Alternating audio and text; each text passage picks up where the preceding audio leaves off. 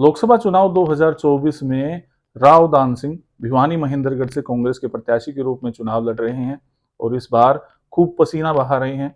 लोगों का समर्थन भी उन्हें पूरा मिलता हुआ दिखाई दे रहा है।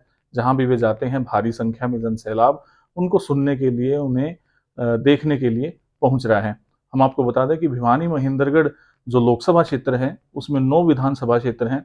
अलग अलग विधानसभा क्षेत्रों में अलग अलग समीकरण बनते हैं, लेकिन जानना चाहते हैं हमारे साथ मशहूर उद्योगपति पवन यादव जी हैं। इनसे जानने का प्रयास करते हैं कि राव दान सिंह कहां से सबसे ज्यादा मार्जिन से जीतकर आगे आएंगे। आपको क्या लगता है? देखिए धनखड़ साहब, आपने बहुत ही मुश्किल सवाल पूछा है। क्योंकि कहते हैं ना कि एक माँ बाप के 3 बच्चे हैं। अब किसको कहेगा ये सपूत होगा, ये कपूत होगा, तो आप तो वही फ़र्क कर रहे हैं। एक तरह से जैसे वहाँ पे नो कॉन्सेंसी है, नो की नो में ही अच्छी लीड ले रहे हैं। पर जो कहते हैं ना first, second, third priority wise, तो जहाँ तक महेंद्रगढ़ का है, महेंद्रगढ़ ने तो अपना प्यार पिछले विधानसभा इलेक्शन में भी दिया था और अच्छे मतों से उन्होंने जीत हासिल की थी। अब बात करते हैं भिवानी और दादरी की, तो वहाँ पे भी क्योंकि हुड्डा साहब की रैली हुई थी वहाँ काफ़ी, और वहाँ पे भी पूरा जो वर्ग है, पूरा समाज है, एक एक 36 बिरादरी का समर्थन वहाँ प्राप्त है, तो वहाँ से भी लीड लेके निकल रहे हैं। उसके बाद आओ अटेली और नारनौल। अटेली नारनौल में भी मतलब घर-घर में और दिल-दिल में बसा हुआ है, एक ही नाम है रावदान सिंह। फिर बात करेंगे नांगल चौधरी की। नांगल चौधरी में आज सचिन पायलट जी की भी रैली है, तो वहाँ पे तीनों समाज और बाकी 36 बिरादरी, जैसे वहाँ गुर्जर बहुल्य क्षेत्र भी है, वहाँ पे यादव बहुल्य क्षेत्र भी है, वहाँ कुछ जाट मतदाता भी है और सब मतलब ब्राह्मण समाज भी है। तो नांगल चौधरी तो ऐसा लग रहा है जैसे 90% अगर अनअपोज भी होता ना, अगर कोई ऑप्शन होता अनअपोज का, तो नांगल चौधरी विधानसभा से तो अनअपोज 100% की पोलिंग रावदान सिंह जी के फेवर में होती नजर आ रही है। चुनाव शांतिपूर्ण तरीके से संपन्न होने की पूरी संभावना बनी हुई है। दूसरी तरफ भाजपा के प्रत्याशी हैं, हालांकि कई सारी वीडियोज भी ऐसी वायरल हुई हैं जिनमें उनका विरोध भी होता हुआ दिखाई दिया है। लेकिन राव दान सिंह को जनता का कैसा समर्थन मिल रहा है, आप बताइए। नहीं, मैं नहीं समझ पा रहा हूँ कि शांति प्रिय से क्या मतलब है, क्योंकि जो खुद ही इतनी शांति प्रिय वाणी का धनी हो, तो वो शांति प्रिय बात करेगा और शांति प्रिय चुनाव लड़ेगा। रही बात दूसरे नेता की, धर्मवीर जी भी कुछ ऐसे इंसान नहीं है, वो भी एक जिम्मेवार आदमी है।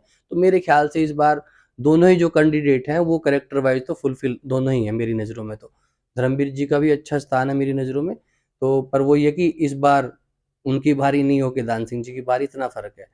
पर पहले जनता जो है वो देख चुकी है कि किस तरीके से काम करते हैं। धर्मवीर को नया मौका मिलना चाहिए।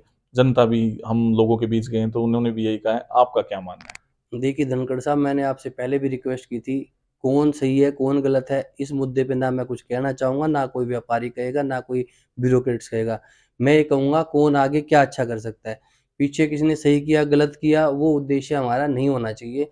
आप कह रहे हो पहले वाले ने जो भी किया होगा अपनी संपन्नता से, अपने साधनों से, जितना उनने अपना संपूर्ण सहयोग दे के जो कर पाएंगे वो कर दिया होगा। अब मैं ये कह रहा हूँ कि जैसे आप एक विकल्प भी तो देखोगे ना, कि पहले श्रुति जी थी, फिर धर्मवीर जी है। एक मौका जनता इनको भी देना चाहती है। इनके बाद जब इनका आएगा फिर तीनों में फिर बैठ जाएंगे दोनों भाई, फिर देख लेंगे तीनों में कौन बेस्ट है। इससे ज्यादा मैं कुछ नहीं कह पाऊंगा। लेकिन बात करें हम राजनीतिक मुद्दों की, तो जब देश आज़ाद हुआ था तब भी मुद्दे वही थे। पीने के लिए साफ पानी की व्यवस्था होनी चाहिए, शिक्षा की व्यवस्था होनी चाहिए, अस्पताल अच्छे खुलने चाहिए, रोजगार के नए अवसर पैदा होने चाहिए, सड़कों का निर्माण होना चाहिए, गलियां पक्की होनी चाहिए।